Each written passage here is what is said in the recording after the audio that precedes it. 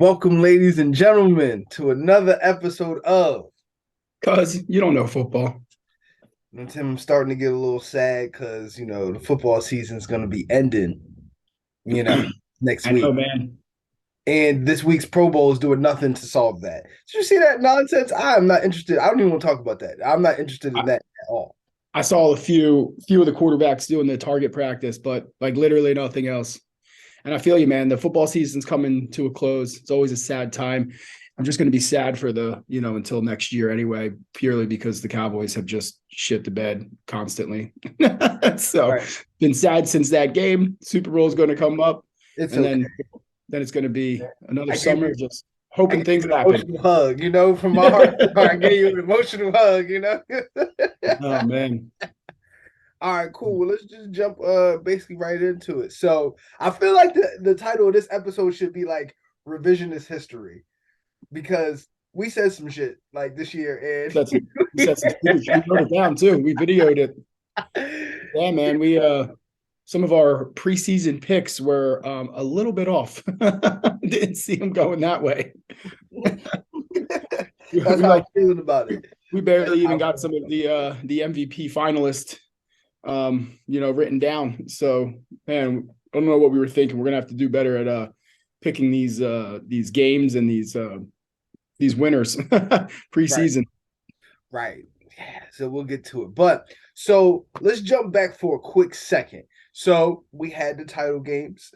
And I really am curious to see like a point that you want to make about each team. Just make any point, whether it be about in the game or what's going to happen now in the off season or whatever it is, whatever your takeaway was from that game.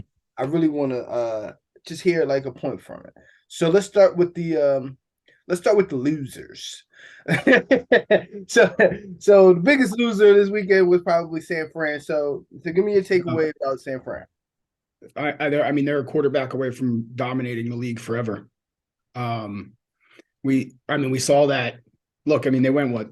Brock Purdy went what 7-0, and then like literally the only reason he does. I mean, they may have still lost to the Eagles, right? Like with Brock Purdy not getting, if he doesn't get hurt, he stays healthy. The Eagles are, as much shit as we've been giving them, they're a good team. But if San Francisco has a quarterback that just stays healthy for the entire season, Mhm. um, with that team, I mean, I'm not looking at their contracts and stuff like that, but Kyle Shanahan has them just absolutely humming.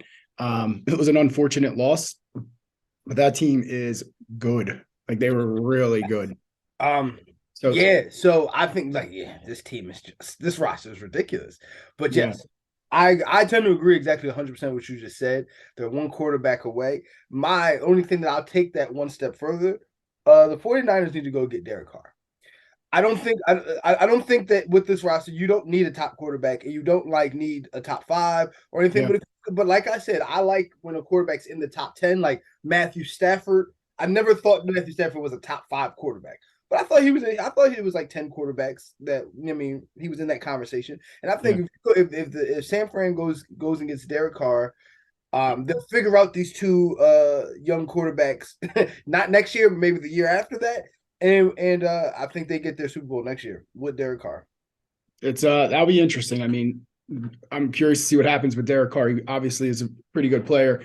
Never really thought about San Francisco getting them. I mean, they already had three quarterbacks on the roster. Like, what do I'll be interested to see what they do with these three guys, right? Garoppolo's definitely gone. Garoppolo's gone. Just I mean, we know that. But what do you do between Purdy, was it Trey Lance? Like, what do you Yeah. do with them now, right? What Like do you you, what do, you just do with it? I'll give you an answer. You sit them down for a year and say, I'm going to evaluate you there while I go get my Super Bowl.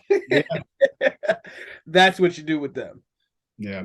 So we'll see. So, all right, cool. Moving on to the other loser, Cincinnati.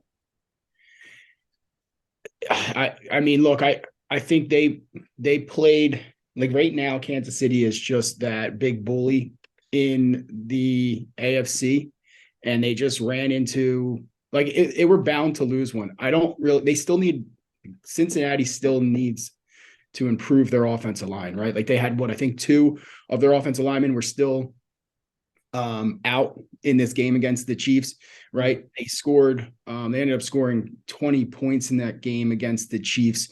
But I think that like Joe Burrow is a stud. I mean, when he says that his entire career is his window to win championships, like it's going to be them. Like we're going to see them in Kansas City in the AFC Championship like every single year. I think those two teams have pulled away from even the Buffalo Bills and those two quarterbacks especially. But I think offensive line, they need to, it's been a challenge for them. Was a challenge for them all year. They ended up getting real hot, played well, but they just needed to. I think that picks them up, gives them an ability to just be more of a force on offense. Yeah. So what I feel about that, let me take the hood off on this one because I got something to say. It might be just the defensive player in me. I always hate that the personal foul that happened at the end of the game that got the Chiefs into the field goal range. I'm the kind of person, I don't think that's a penalty. I don't like. Here's the problem. If he doesn't hit Patrick Mahomes, because Patrick Mahomes has not given up his body, he hasn't looked like, okay, I'm definitely going out of bounds yet. If for some reason he does not do that, and Patrick Mahomes run up the sideline, that is exponentially worse and a result that you can't have. Whereas him trying to stop him from getting a yard because they're almost in field goal range. I mean, I hate that rule, and I feel as though Cincinnati should be a little mad at that penalty. I never was a fan of that. Yeah, penalty. Yeah, man. I think by the letter of the law, I agree that was definitely a penalty, but it is tough in those bang bang situations where especially at the end of the game with such repercussions, right? Like if they don't get that 15 yards, they're not kicking a field goal. Like I don't think maybe they do. I don't know, but all I'm saying is he got one foot there. Like it's like 57 versus the 42 or whatever that he kicked. I do feel like specifically with that game. I mean, I'm not always I try not to be one that says like, oh, the refs won it for a team, but I did feel like a lot of calls went Kansas City's way, right? Like, no, hold on, Tim. We did not discuss that, but I'm telling you, I felt the exact same way. Like they were getting a lot of calls. Yeah. But that call sticks out to me, and I'm like, what did you want him to do? Like it was 1 foot out. I don't think that should have done that. So that's here, no man. Yeah. I would talk more about it if it was my Colts, but yeah. But all right, cool. Let's go to you want to go? Let's stick to that game. Let's go Kansas City. Talk to me. It's the winners. The winners. Yeah, I mean, look, this team just 5 consecutive home AFC championships. Like, I don't even know how they get better. Like, what do you do to get better? Right? Like they find a way to win at all times. I mean, before the season, we were talking about like, will Andy Reid and Patrick Mahomes be the same without Tyreek Hill, right? Like, how much does that offense lose? Nothing. Didn't lose a step. Doesn't matter. I mean, just got further than when he was there. Yeah, that's all. Constantly doing it. What? So they're in what? This is their 3rd Super Bowl in 5 years. Patrick Mahomes has never not been in the AFC Championship game. Never. I know he's 5 home AFC championships, right? And this is his 3rd Super Bowl appearance. Correct. He's winning one right now. So I don't even know, man. I mean, that team just. I mean, we knew they were going to be good, but as long as Patrick Mahomes is there, I feel, and him and Andy Reid are together, I just feel like this is going to be another New England where it didn't matter. As long as you had Tom Brady and Bill Belichick, put whoever the hell you want in there. It does not matter what role player, like just put someone there. It doesn't matter. I mean, you're gonna create the new Julian Edelmans, right? Like and you know what? Now that you say this year does feel like the year after New England was undefeated, and then now you lose Randy Moss and you lose Star Wars, you lose all these people, but somehow you still back in the Super Bowl. That was a real good analysis right there. Like this really, because I remember at the beginning of this year I said this is going to look different. I don't think that this is like a complete fall off, but this is going to look different, and it has looked different. It still looks hella good though. season. So, Man. but like, so for me, so negating what I just said in terms of what I said about Kansas City, um, I think that was the greatest quarterback performance I've ever seen. And I'm talking about Patrick Mahomes. That's my takeaway. So when you take in the circumstances, Yeah. uh, he's on a high ankle sprain, and I don't know if anybody's ever played with a high ankle sprain. Um, you can It's hard to move, and he's playing and he's still doing what he's got to do. So he's got a high ankle sprain. All three of his top wide receivers, or if it's not all three, then two of the three got injured during the game.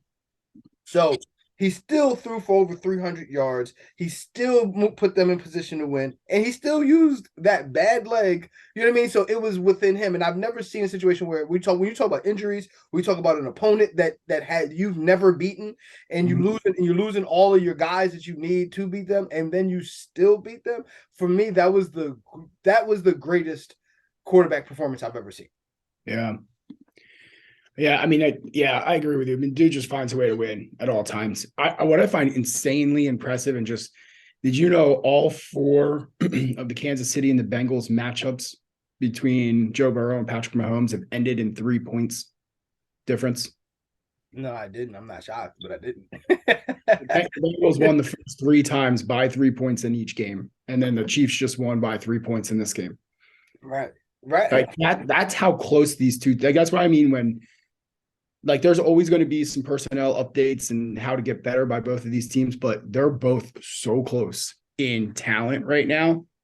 And I think the Chiefs slightly have the edge, not just because they won this game. And I think coaching wise, I think Andy Reid's a bit better at the moment, but like the Bengals are right there. And it might literally be the next 10 years of those two playing in the NFC Championship each year. Like, sounds about right. Sounds about right. I'm not even joking. Sounds about right. Just crazy, because the Bengals, 3 years ago, like, barely won 3 games or something. Like, what was their record? It was like before Joe Burrow. The 2 years before. So like it was the year they drafted Joe Burrow, because they drafted him one, and then he tore his ACL. Oh, he got hurt. Yeah, they got hurt. didn't win any. Like, they won like 3 or 4 games that year. Yeah, and so, they went to the Super Bowl, and now they're just lost. And then straight to the Super Bowl, now conference title game. And it was crazy. So but no, yeah, absolutely. All right, so talk to me. What about the Eagles? I'm gonna need you to start on them. I'm as an Eagles hater, I'm gonna have to temper myself on what I say here. But for me, my takeaway is I'm gonna give myself a little pat on the back here. This is what I mean when I say when you win a Super Bowl, it's when you have a quarterback that's not getting paid. A top 10 quarterback not getting paid is when you win your Super Bowls, because you can put a roster around them. And when you look at the Eagles roster, my damn, like, it's like a little bit worse than San Fran. I would give the nod to San Fran in terms of a total roster, but like, it's like they have like 4 pass rushers. And I'm trying to think of a team that I look at and I say, oh, they have 4 pass rushers. The closest that I remember was like the Giants team that beat the Patriots, the undefeated Patriots. That year they had 3. This team has 4 pass rushers. And they have corners that Slayton is. You know what I mean? He's one of the top corners. You know what I mean? Bradbury he's doing very well. You know what I mean? Their offensive line, like Joey Bosa. Hold on. Lane, what's his name? Lane, can't think of whatever their right tackle is. Kelsey's brother. Lane Johnson, excuse me. Lane Johnson. Lane Johnson has a messed up knee. Joey Bosa did nothing against him. He had no answers for him. So I'm saying, even when they hurt or what their weaknesses are very well covered up, and I'm like, this roster is ridiculous. That's my takeaway. This is what you put together when you don't have to pay. And this is why you don't pay a good quarterback great money, because you can't do this. Yeah, I mean, look, they're obviously a very good team. I was trying to just look at the stats. There's like some ridiculous stat out there of, you're talking about that defensive pass rush, like the number of times those guys got to the quarterback versus like every other team is like that much higher. Like they're just absolutely dominating up front and making people, They're yeah, like they're like a whole 10% better than like every other team at getting to the quarterback. yeah. And as an Eagles hater, I gotta give them credit. I think they obviously had a great season, undefeated for so long. They battled some injuries. Jalen Hurts going down, didn't know that was going to look like. I do feel like I'm going to say this, and there's probably stats out here to absolutely prove me wrong, but I feel like they had the easiest road to the damn Super Bowl. like You're in that confidence. Listen, I don't think anything bad anybody in the NFC East. Because I understand none of y'all really like if there's a conference, so for the world, if there's a conference that really the four teams don't like each other, it's every other team is a distant second because they all hate each other. So I know where that came from. It's okay. I sat there with watching that conference game with a friend that's a Giants fan, and we just were disappointed the entire time, talking about how easy the strength of schedule was for the Eagles. And I'm probably just making this up, but I just felt like they played nobody all year long. Like I just felt like everyone was easy. They were just cakewalks, like just awful rosters, injured nobody throughout the They was in the playoffs, didn't even play no playoff teams. They play an overachieving Giants team, like overachieving, absolutely should not even have been there. They beat the Vikings. Say what you want. They beat the Vikings. Like they play literally Christian McCaffrey as a quarterback in the NFC Championship. Like what is happening here? So okay, but that happened once again because that pass rush their pass rush put out two quarterbacks. I mean, yes, you're right about that, but I mean, it's okay, Tim. Tim, it's okay. Man. I very much need them to lose. We'll talk about the game probably next episode. Very much need them to lose this game because if I have to listen to them talk, those damn Eagles fans, for another freaking offseason, oh my God, it's going to be brutal. I'm going to have to jump. All right, we're going to take a deep breath here. Let's get into the meat of this episode. I told you we should name this episode Revisionist History because where we starting with this? You said some stuff, man. And you was wrong. I was perfect. You see what I'm saying? You were perfectly as wrong as I was. All right. So we were looking, and actually, when we were talking about this episode, we said, "Yo, did the awards come out like the MVP, Defensive Player of the Year?" And we were like, "Oh no, it's just the finalists." But then we kept talking. We said, "Oh, this is who we picked." So I figure. Yeah. So we this is our preseason picks. We did not revise these throughout the year, and as we go through these, we realize how poor of selections we made. Yeah, so what do we just start with the MVP. We just go from there, right? So MVP is, one of the most coveted. As of right now, we have I think the finalists that I see here, we got Patrick Mahomes, Josh Allen, Joe Burrow, Jalen Hurts, and then the one non-quarterback, Justin Jefferson, who had an amazing year. Amazing year. But yeah, so our MVP picks. I gave you two. If I remember correctly, I gave you two picks. Who'd you pick? So our MVP picks. So we both picked Josh Allen. So then we selected a second one because of wanting to have some diversity there. But if there was we had different opportunities, right? You at least have your second finalist, your second pick as a finalist under Joe Burrow. I picked so there we go. You got me there. I picked Aaron Rodgers.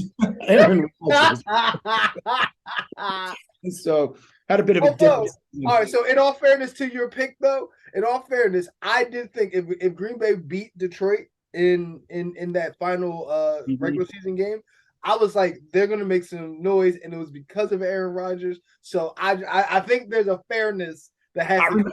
I remember that conversation though. I was big on more of it, the history of it.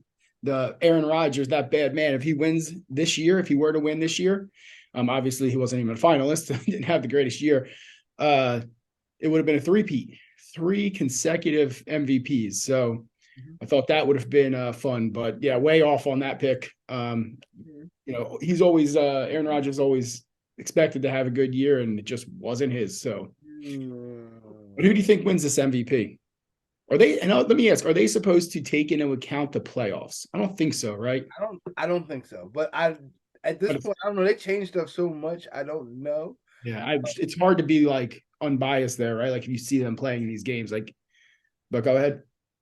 So I'll say this. So on NFL.com, the finalists for MVP are Josh Allen, Joe Burrow, Jalen Hurts, Justin Jefferson, and Patrick Mahomes. Mm-hmm. Um, if I'm gonna be honest right now, and this is it depends on if you're taking playoffs into consideration. If we're putting playoffs into consideration, I think Patrick Mahomes, for me, is it's kind of he kind of ran away with it. Yeah. Because with that performance against your rival who has beat you all those times, and to come out like that, injuries to you, to your teammates, and to ball out, I think Patrick Mahomes took the least and did the most. Yeah. That's what I think. I mean, look, if I agree, I don't think they're supposed to take playoffs into account, but I think in general, I still think Patrick Mahomes probably wins that MVP.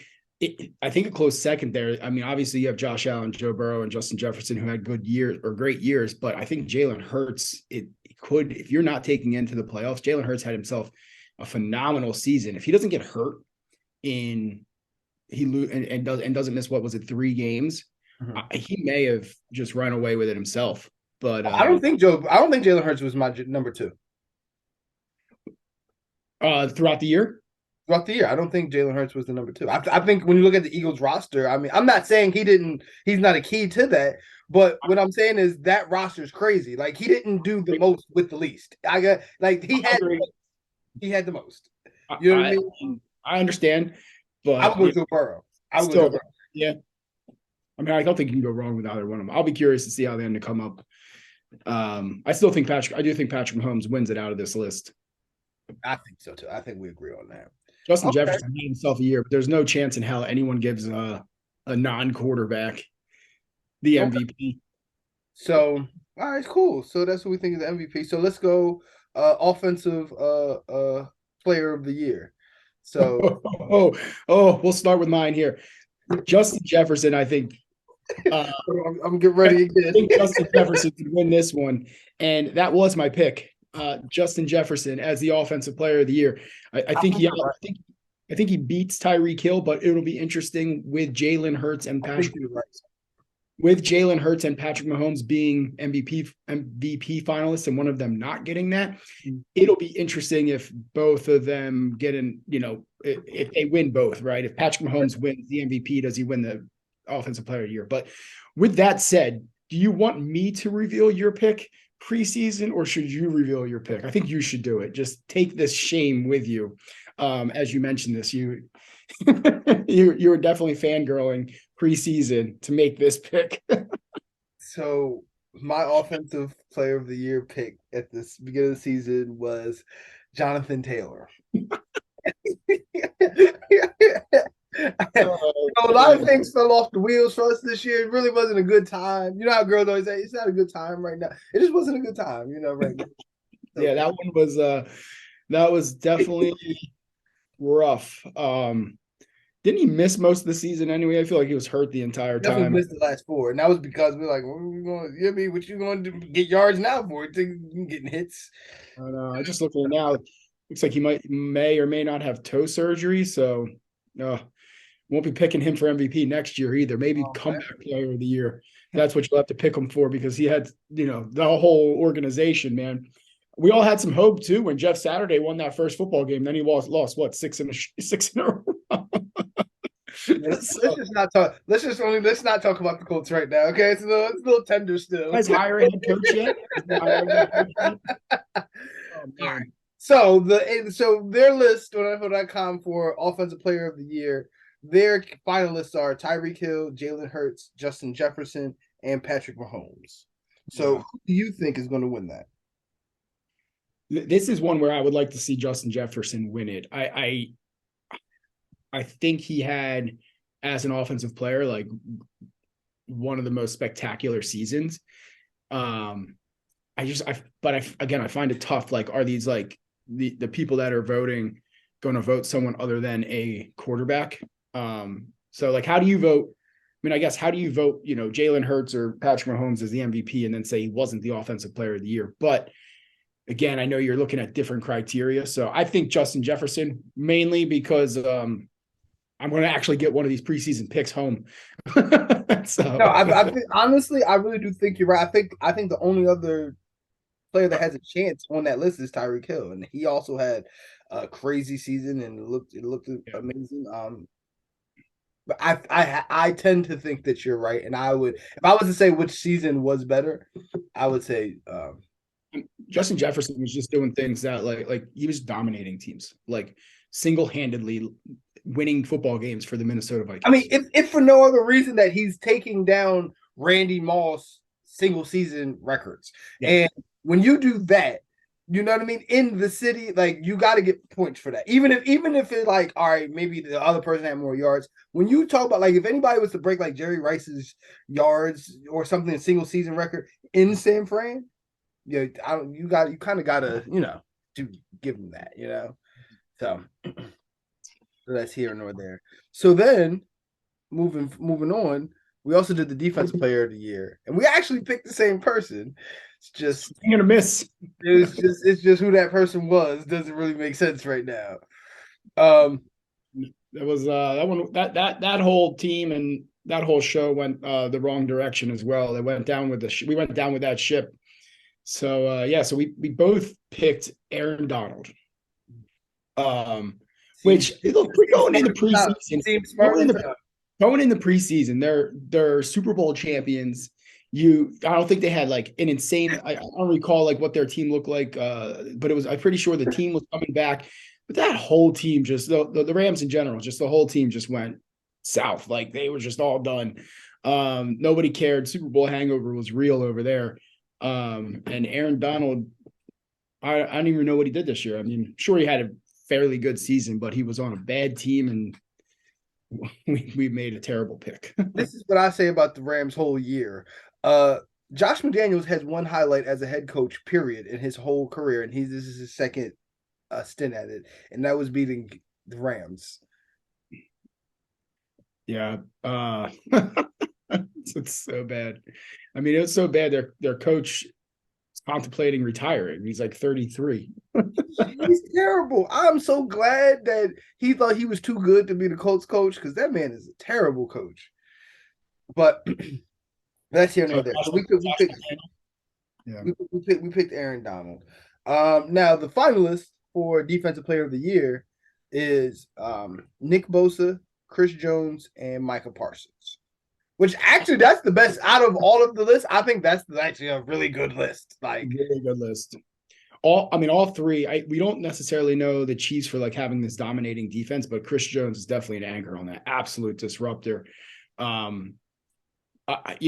a fanboy myself, I'd like to pick Michael Parsons, but I just feel like that's okay. I understand if you want to, bro. I understand, and I'm not going to hold that against you. I'm not going to though. I do think it's Nick Bosa's. Like that dude is different. Like I mean, Michael Parsons' difference as well. I think there was a video of Michael Parsons throwing someone with one hand. Nick Bosa does the same thing, just absolute manhandling people on the outside.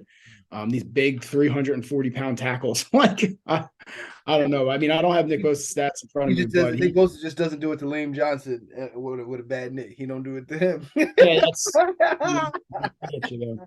Who do you think?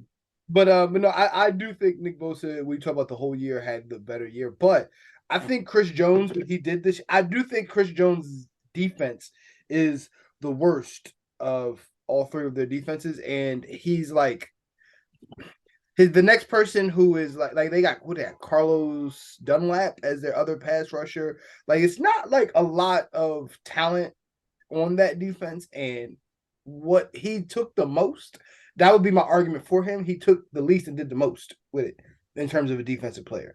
But I mean that's here nor there.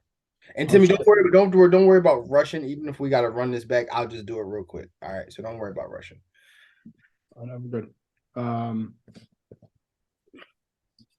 Yeah, I was trying to see real quick here if I could get their like stats next to each other. I don't know if we have that somewhere, but yeah, I mean, all three of those defensive players. We'll see what ends up happening, who wins those. But yeah, man, what we need to do, I mean, we need to do is figure out how to actually project and pick some of these things. I know they're future picks for a reason, but oh, good Lord, man, good thing we're not actually betting men, because we would be we'd lose our shirt. We would. I would not have burnt money. That's a fact. Lose our shirts, man. But so like I was going to segue back into like offensive rookie and defensive rookie if you couldn't find them. Yeah, we can go that. No, we can go into this. Yeah, it's fine. So we didn't pick. So that's all we picked. Next year we'll probably pick offensive rookie and defensive rookie. So the offensive rookie of the year. So now I'm just telling you the finalists. The finalists for offensive rookie of the year is Brock Purdy, Kenneth Walker III, and Garrett Wilson. Dude, I don't know how you don't give this to Brock Purdy.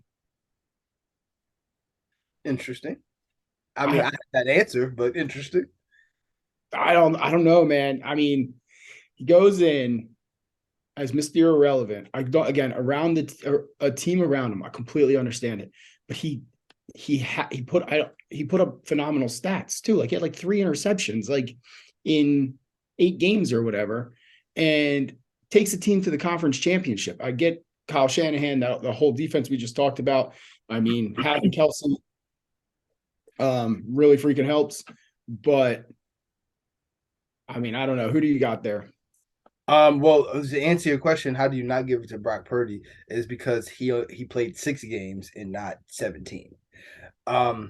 So he didn't play the whole year. So for 3/4 of the year, he was a third string quarterback. We didn't know what he was. We still kind of don't know what he exactly is, but I mean, he he at least got on the field. But for me, honestly, I would probably go Kenneth Walker III.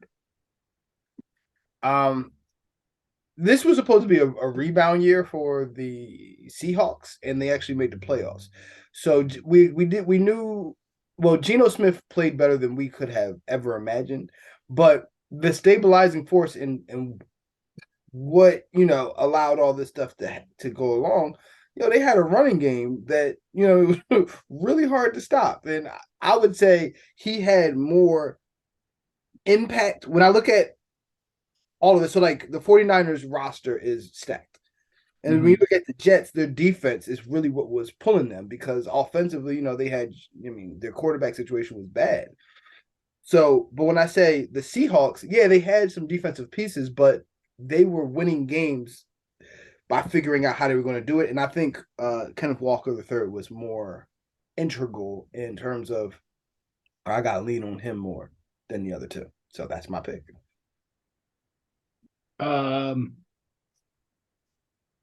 I'm good with the pick. I'm stumbling here. I think I just saw something on Fox Sports that Brock Purdy did win Offensive Rookie of the Year. Oh, did he? I think, yeah. I mean, I got to take a look.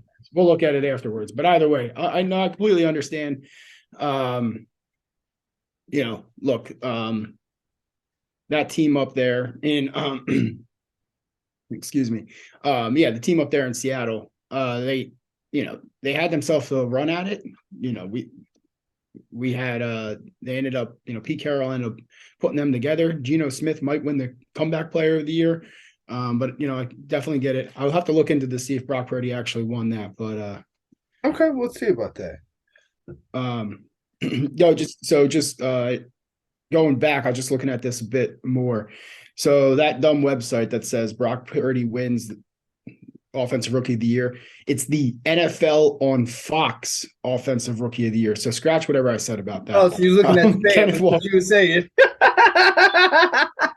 You're looking at spam. Spam websites. Looking at that stuff quickly there, but man, what was that? That was dumb. So all good. Okay. So all right. So what are we Defensive Rookie of the Year, right? Yeah. So yeah, we're going on to Defensive Rookie of the Year. The finalists for Defensive Rookie of the Year were Sauce Gardner Aiden Hutchinson, and Tariq Woolen. Actually, that's a pretty good list too, man. That's a good list.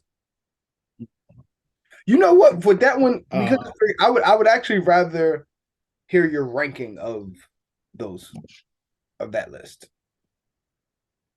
um, I think we'll have the same ranking though, but like I do want to hear. I think I think it actually goes in order of the way you just listed it. To me, for me specifically, I don't know. I mean, I have a toss up between Sauce and Aiden Hutchinson. Um, Because Aiden but Hutchinson I think it goes had Sauce. some good games, man. He had some 3-sack games, and Yeah. he was doing his thing. Well, I think I just saw here. Yeah, yeah, like 9.5 sacks on the season. I mean, he was drafted what, number 2 overall. Mhm. Uh, he had 9.5 sacks on the season, 45 QB pressures. I think he had a couple interceptions as well. So, Yeah, man. but he was like shut down in he was a shutdown cornerback in um you know, he just made that defense so much better, dude. Yeah, yeah, it's hard Sauce, man. Like I'm gonna agree with you, Sauce. I agree with you that it's Sauce, Aiden, and then Tariq Woolen. But Tariq Woolen, like, he was a late draft pick, and no one saw this coming Yeah, from him. man, he was drafted fifth, number 153. Yeah, so So that's a steal, man. like, but Sauce, man, he turned the Jets defense. He looked like the reincarnation of, you know what I mean, he looked like the baby of like of Darrell Revis and Deion Sanders. I'm like, who is this? Like, Sauce has been the man all year. So like, Yeah. huge fan of Sauce Gardner. Um, Yeah, I think he's the favorite to win it. But yeah, I agree. I mean, he just absolute lockdown. I mean, what do they call it? Revis Island. Like now you have Sauce has his own island. Like I don't know, someone come up with something creative there, but you just don't throw it at the kid. Like you don't throw. Sauce Yeah, Island. you just don't throw it at the kid, man. All right, Sauce cool. Island. So cool. So let's go over to AP Comeback Player of the Year. The candidates for that are Saquon Barkley, Christian McCaffrey, and Geno Smith. So that this was actually a little interesting, depending on how you're looking at I know. Oh, I feel like it's Gino. it. Mhm. Like the dude. I mean, I we know wrote why him you said off. that. I know why you said that. Like we wrote him off, and he's taking this team, looking at playoff berths and shit. I mean, Pete Carroll trusted him the whole way, and it's almost like he had this whole career that Geno Smith was never going to be the guy, and then just this year he showed up and he was the guy. Like with Saquon and Christian McCaffrey, we kind of expect it from them, right? Obviously had great seasons. Saquon Barkley literally was the only person on that offense that could do anything. And then Christian McCaffrey gets traded and again ends up on a great team, both offensively and defensively. And obviously is the highlight there, but Geno Smith, like who the hell, we thought when they traded away Russell Wilson, we were like, all right, the Seahawks have mailed it in. This And here they go, putting together a season, a fun little season together. Yo, I told you, look, yo, on some real stuff. Like, yo, they said Gino, they wrote you off, and he said we didn't write back. You know what I mean? And I feel like that's kind of been how he's been all Yeah. year, like all year. Yeah. You know what I mean? So I like there's no bad point with there. The only thing that I'll say is, all right, so my pick is Saquon Barkley. And the reason for Yeah. that is this was the best year Saquon Barkley had, and this was the year where he looked like he was that person that the Giants can rely on and put the weight of the team on. And like the league has been waiting and talking him up to be that person. He never was that person up until this year. So his step back coming from injury and stuff like that to now you're looking at him and say, like, dude, like, you know what I mean? Like, he's the franchise. He's the face of the, like, Seattle. I don't know if Geno Smith is the face of that franchise now. We know the New York Giants face of the franchise is Saquon Barkley. And that's why I would pick Saquon as my comeback player of the year. Totally fair. Yeah, I mean, he had a great season. Just absolutely dominated. I mean, he was like the one bright spot on that whole offense. So, okay. Yeah. So, all right, cool. So, cool. we got two more left, and then we're finished. All right, cool. So, AP, the coach of the year. The for coach of the year, the candidates or the finalists are Brian Daboll of the Giants, Sean McDermott of the Bills, Doug Peterson of the Jaguars, Kyle Shanahan of the 49ers, and Nick Sirianni of the Eagles. Now that's a list that you could talk each one of those guys up. Now, I will say this. If we're talking about playoffs too, then Kyle Shanahan jumps a little bit more into that. But we're just talking about regular season. For me, Kyle Shanahan ain't really in this conversation. Yeah. I mean, to talk about that, I mean, Kyle Shanahan is he's a genius, right? Like, I feel like he is very good. He's definitely special with what he does. And he just operates differently. The one that I've said I think deserves it the most is because he took a ragtag team and just changed, like, got him into the playoffs. Brian Daboll, like, you had no idea what you were getting out of Daniel Jones, and now you know, right? Now, is Daniel Jones that guy? I don't know how the Giants get rid of him. I think he's coming off his rookie contract too. I don't think he's the quarterback they need. But Brian Daboll, he'll squeeze every ounce of juice out of Daniel Jones, and he did this year, right? Like, if he still thinks he has the opportunity to grow and that guy to be, Daniel Jones to be the one to do it. But he took that team, he figured out how to win football games with that team and get them into the playoffs. Like, it was on the same as kind of like the Seahawks was supposed to be just a rebuild year, not really much ambitions, and then here we go. You're like, wow, this team's, they're not the greatest, but they're playing good ball. So that would be my coach there. I think he's the one who, I think he's the one that deserves that. Okay, cool. And I think you're right. Like, what Daboll did with Daniel Jones is like, wow. You know what I mean? That's definitely, that damn sure was an uphill battle because Daniel Jones looks terrible like his whole career. My pick is actually, I'm going to go with Doug. Yeah. I'm going to go with Doug Peterson. And the reason I'm going to go with Doug Peterson is because the culture of Jacksonville has changed.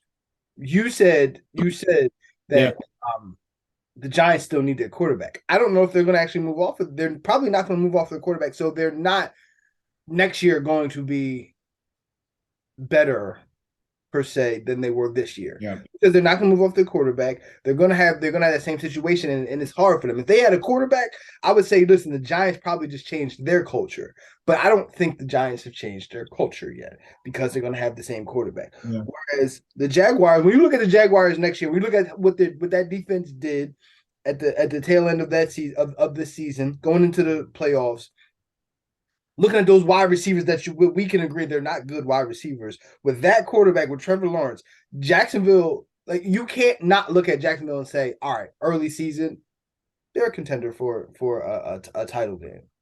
You know what I mean? And I think we look at the fact that they get rid of Urban Meyer because everything looks bad. I mean, you can tell he literally stunted the growth of Trevor Lawrence. And now Trevor Lawrence is like, yo, he's one of the, there's definitely not 5 quarterbacks better than Trevor Lawrence now, and so he's gotten the most out of him. This team, he's gotten the most out of this team, and I think they're going to be a really scary team next year. Yeah, I think the last 6 or 7 weeks of the season, Trevor Lawrence was like the most efficient and the best quarterback in the league too. Like, he was putting up the best stats. I can see that. I mean, I was looking at some odds here. I mean, Doug Peterson's pretty far down on the list, I guess you can say, in the odds makers' eyes. with Kyle Shanahan, Daboll, and Nick Sirianni being the top three.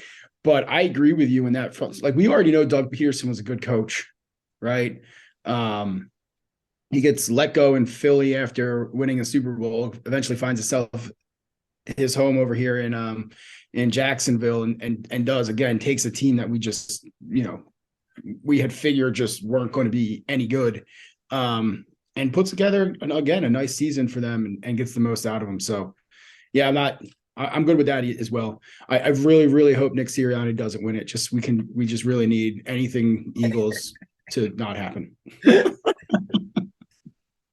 Well, see, I'm not gonna hold that against you. I'm not gonna hold that against you. So yeah, that was a very good list of coaches right there, what they did. So finally, we got the assistant coach of the year. We got 3 candidates. We got Ben Johnson of the Lions offensive coordinator, DeMeco Ryans, now the Texans head coach, but DeMeco Ryans, 49ers defensive coordinator, and Shane Steichen, the Eagles offensive coordinator. I know which one you're not picking. If I'm being completely transparent, outside of DeMeco Ryans, I don't even know who these guys are. Okay, so you're gonna pick DeMeco? All right, so talk because I can pick somebody else. Go ahead, go. I don't even know who they are.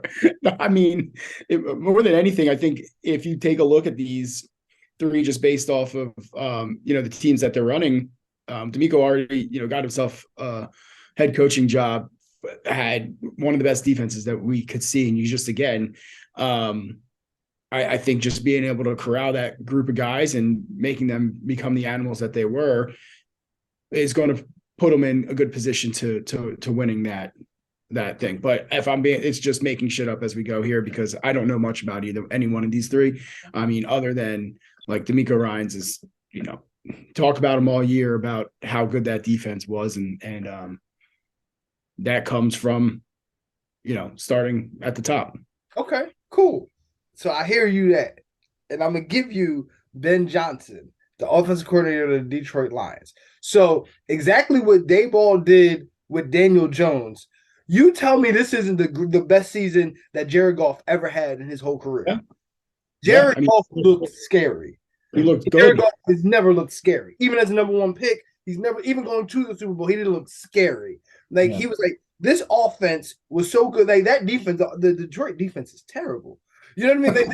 They're literally winning games 32-28 every week, 35 to 30 every week. I think at one point that defense was giving up 31 points a game was their average. It was terrible. So what I'm saying is Ben Johnson, the offensive coordinator, put that Lions offense in a position where they're able to put up that many points and turn Jared Goff into a quarterback that you got to respect.